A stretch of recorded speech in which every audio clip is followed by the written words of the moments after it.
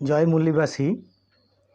আমরা এখন যেটা আলোচনা করব, পুরানো পেনশন কেন বিজেপি এবং কংগ্রেস দুজনে মিলে বন্ধ করল এবং পুরানো পেনশনে কি ছিল, নতুন পেনশনে তারা কি নিয়ে এলো, মানুষের কতটা সুবিধা বা অসুবিধা হলো, এটা হচ্ছে আমরা জানব।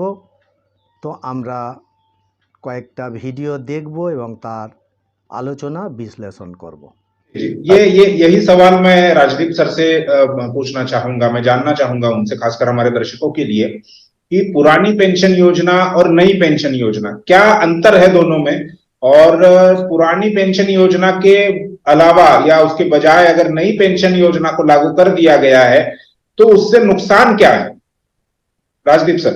संकेत जी, पुरानी पेंशन यानी 1972 की पेंशन और 1939 की पेंशन और वर्तमान में जो न्यू पेंशन स्कीम आई है, उसमें अंतर यह है कि जो पहली पेंशन हुआ करती थी तो लगभग 8 प्रकार के इवेंट्स हुआ करते थे जो एम्प्लॉयज को उनकी सर्विस इनवैलिड हो, डिसेबल हो, या फिर डेथ हो, या फिर सुपर एनुएशन रिटायरमेंट हो। जिसे सुपर एनुएशन रिटायरमेंट का मतलब यह है कि उस जैसे कि मानिएगा कि महाराष्ट्र में 58 साल का सर्विस का ड्यूरेशन होता है, उम्र के हिसाब से वो रिटायर्ड हो गया है, उसकी उम्र के हिसाब से उसको सुपर एनुएशन रिटायरमेंट कहते हैं। এখন এমএনটিভির সংকেত স্যার রাজীব স্যারকে যে প্রশ্নটা করলেন, সেখানে পুরানো পেনশন এবং নতুন পেনশন, পুরানো পেনশন মানুষের কতকারে উপকারে লাগতো, নতুন পেনশন মানুষের কি কি ক্ষতি করছে, সেটা রাজীব স্যার উত্তরও দিলেন যে পুরানো পেনশন মানুষের প্রায় 8 রকমের সুবিধা ছিল, যে সুবিধাগুলো মানুষ ভোগ করত, যেটা নতুন পেনশন স্কিমে নেই। এটা এক প্রকারের ষড়যন্ত্র করে নতুন পেনশন স্কিমটা आना হয়েছে। तो पुरानी पेंशन में 8 प्रकार के जो इवेंट्स थे, जैसे कि उसको रिटायर होने के बाद निवृत्ति वेतन मिलता था, फिर कम्युटेशन ऑफ पेंशन थी, यानी अदला बदली भी पेंशन की किया जा सकती थी, पेंशन बेची जा सकती थी, उसका मोटा माटी बड़ा अमाउंट मिलता था। रिटायरमेंट ग्रेजुटी मिलती थी, जिसे हम लोग उपदान कहते हैं, जिसे हिंदी में हम लोग निवृत्ति निर्वाह वेतन भी कहते हैं। और फिर अगर इन सर्विस में डेथ हो जाती है तो मरणोत्तर डेथ ग्रेजुटी भी मिलती थी, यानी मरणोत्तर निर्वाह भत्ता भी मिलता था, उनके परिवार को मिलता था। सर्विस ग्रेजुटी मिलती थी, यानी सेवा में अगर वो रिटायर्ड हो गए पूरी सेवा करके तो फिर सेंट्रल में 60 साल के बाद और स्टेट में 58 साल के बाद उनको ग्रेजुटी मिलती थी। मान लीजिएगा उसका लिमिट लगभग 16.5 माह का वेतन उसको ग्रेजुटी के उपलक्ष्य में मिलता था। আমরা রাজীব স্যারের কাছ থেকে শুনলাম যে 8 প্রকারের বেনিফিট মিলতো পুরানো পেনশন স্কিমে। রিটায়ার্ডের পরে সবসময় একটা ভালো বেতন পাওয়া যেত, গ্র্যাচুইটি পাওয়া যেত, যদি মারা যেতেন সেখানে তার স্ত্রী, বিধবা স্ত্রী, তিনি পেনশন পেতেন। এই রকমভাবে 8 রকমের সুবিধা মানুষ পেয়ে থাকতো। যেটা আর একটা বললেন যে 1 বছর আগে যদি মারা যেতেন, পুরো 1 বছরের মাইনা সহ একটা গ্র্যাচুইটি পাওয়া যেত। তো এরকম বিভিন্ন সুবিধা কর্মচারীরা পেতেন, যেটা নতুন স্কিমে নেই। সেটা পরে আমরা শুনব এবং আলোচনা করব।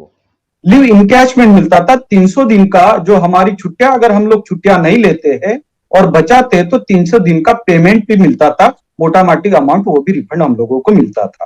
अगर हम लोग सर्विस में हैं, सर्विस में सुपर एनुएशन रिटायरमेंट में आ गए, रिटायरमेंट के बाद रिटायर हो गए और 65 साल की उम्र में हमारी अगर कर्मचारियों की मृत्यु हो गई, तो फिर फैमिली पेंशन भी मिलती थी, उसको कुटुंब निवृत्ति वेतन भी कहा करते थे, और ग्रुप इंश्योरेंस भी मिला करता था। हमारा इंश्योरेंस कटता है इन सर्विस में। अगर मान लीजिएगा कि मैं 57 साल का हूं और 57 साल में मेरी मृत्यु हो गई और एक साल की सर्विस मेरी शेष है, तो एक साल के सर्विस में मेरा जितना अमाउंट बनता था 12 माह का, वो इंश्योरेंस के रूप में मिलता था। इतने इवेंट जो है वो पुरानी पेंशन के भीतर सम्मिलित थे।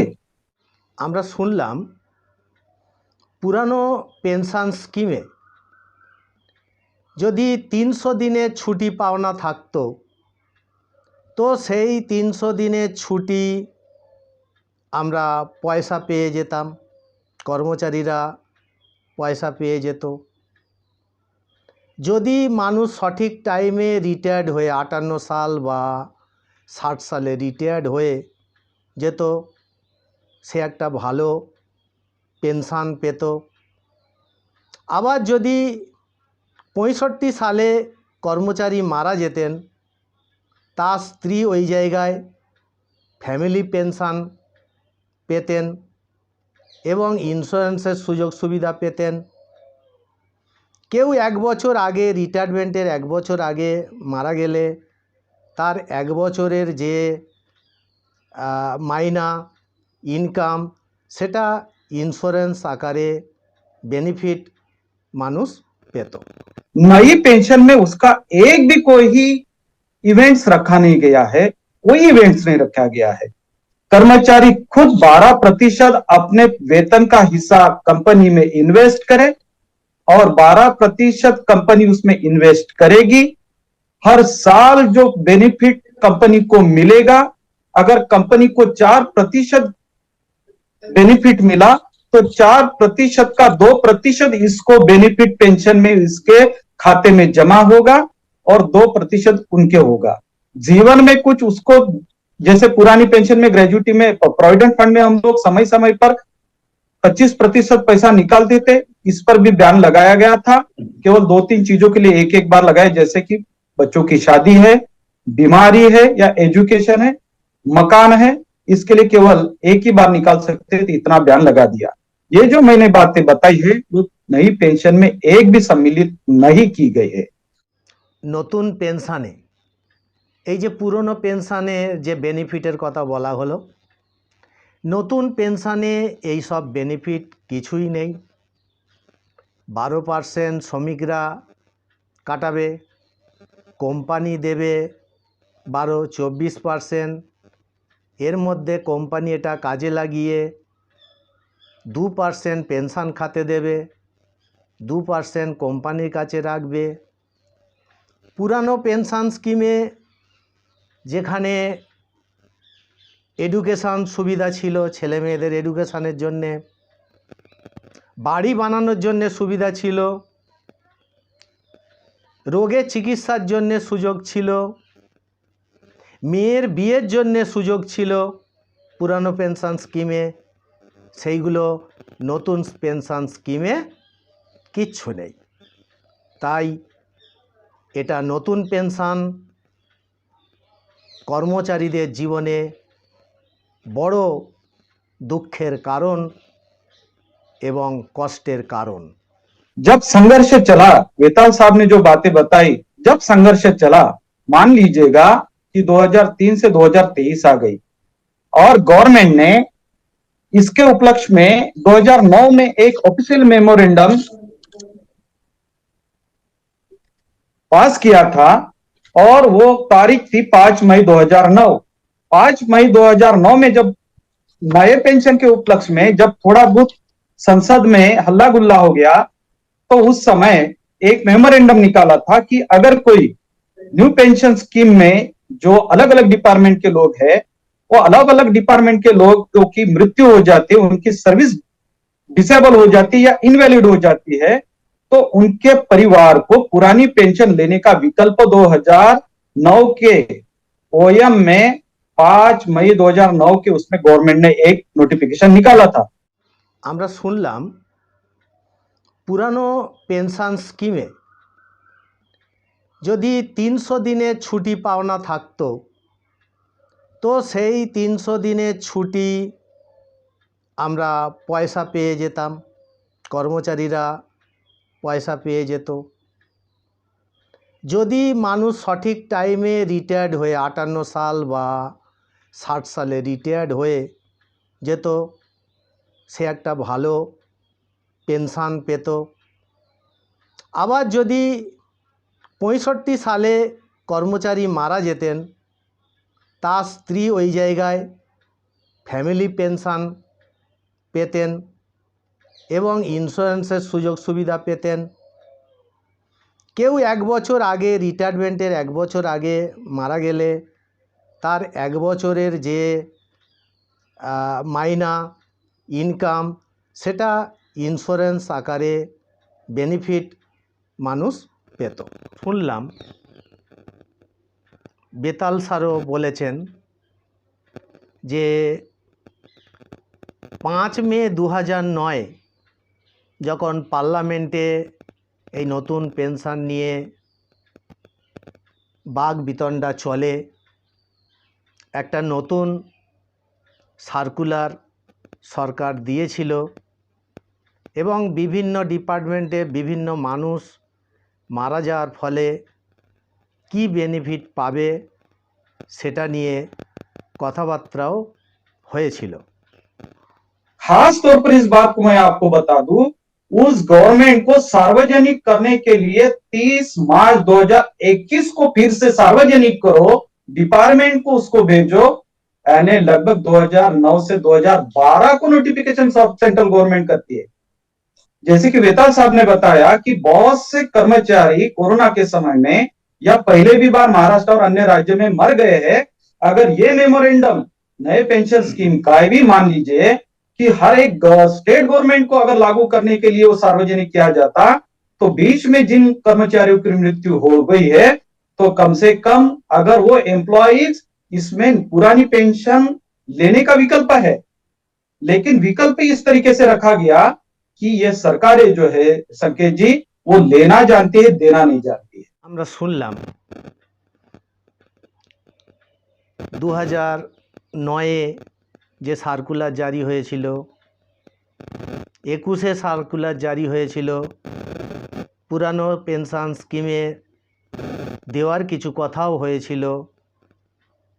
করোনার সময় অনেক মানুষ মারা যায়, বিভিন্ন ডিপার্টমেন্টের মানুষ, কিন্তু সেসব মানুষ কোনো বেনিফিট পায়নি। তাই এই যে সরকার 2003-এ বিজেপি সরকার, 2004-এ এসেছে কংগ্রেস সরকার ইভিএমে ঘোটালা করে, 2009-এ এসেছে ইভিএম ঘোটালা করে কংগ্রেস সরকার, 2014-এ ইভিএম ঘোটালা করে বিজেপি সরকার এসেছে, 2019-এ বিজেপি ইভিএম ঘোটালা করে এসেছে। তো এই যে কংগ্রেস এবং বিজেপি সরকার, এ সরকার শুধু নিতে জানে, দিতে জানে না, এরা দিতে পারেও না। एनपीएस में अगर मान लीजिएगा कि मेरी सर्विस 15 साल की हो गई और 15 साल के भीतर मेरे अपने अगर मैंने 20 लाख रुपए जमा किए, तो विकल्प कैसे रखा है देखिएगा। अभी महाराष्ट्र में जो आंदोलन चल रहा है, मैं गारंटी के साथ कहता हूं कि ये विकल्प ही देकर, वो जो लोगों ने आंदोलन को शुरुआत की है, हम लोग भी आंदोलन कर रहे हैं लेकिन इसमें सम्मिलित नहीं है, तो ये विकल्प अगर एक्सेप्ट करता वो इंसान, उसके परिवार को वो विकल्प लेने का कोई विकल्प नहीं रखा है। वो कर्मचारी ही विकल्प ले कि मैं मेरे मृत्यु के बाद मैं पुरानी पेंशन का विकल्प ले रहा हूं, एनेक्चर 1 एनेक्चर 2 इसमें दिए गए हैं, तो अब भी उसको प्रसारित किया गया है। अगर वो लेता है तो उसके परिवार को जो उसके 20 लाख रुपए जमा हो गए, तो वो पहले पूरे के पूरे उसकी जो कॉर्पस है यानी अमाउंट है वो वापिस करो और फिर पुरानी पेंशन गवर्नमेंट देगी। ये कितना घोर अन्याय है कि 20 लाख रुपए उसका एनपीएस में जमा हो गया, जो ग्रेजुएटी के तौर पर या प्रोविडेंट फंड के तौर पर पुरानी पेंशन में आप वापिस करते और फिर उसको कुटुंब वेतन भी देते, पेंशन भी देते, तो उसमें यह नहीं रखा गया इस मेमोरेंडम में, पहले वो पूरा का पूरा अमाउंट वापिस करो और फिर विकल्प जो आपके घर के अनेक एम्प्लॉयज ने स्वीकृत किया था, फिर उसके ऊपर आपको पुरानी पेंशन का विकल्प मिलेगा। इतना घोर अन्याय और दिशाभूल ये सरकारें यानी 12 साल के बाद लागू करने के बाद भी कर रही है। ये इतना बड़ा गंभीर मामला। কি ভয়ঙ্কর পরিস্থিতি। মানুষ তার নিজস্ব চাকরিতে যদি 15 বছর চাকরি করে, যদি 20 লাখ টাকা জমা হয়, তো পুরনো পেনশনে সেখানে সেটা ফেরত দেওয়া হতো এবং পেনশন পেত মানুষ। নতুন পেনশনে সেটা ফেরত দেওয়া হবে না। এ বড় ষড়যন্ত্র করে যে সরকার চালাচ্ছে কংগ্রেস এবং বিজেপি, আগামী দিনে মানুষকে তার ভবিষ্যতের জন্যে নিজেকেই আন্দোলন করতে হবে।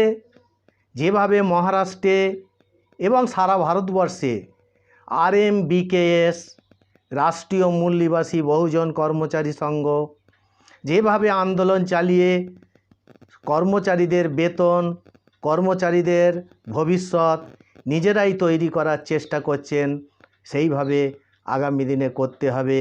এই সরকারের ভরসায় কোনো ভবিষ্যৎ তৈরি হবে না।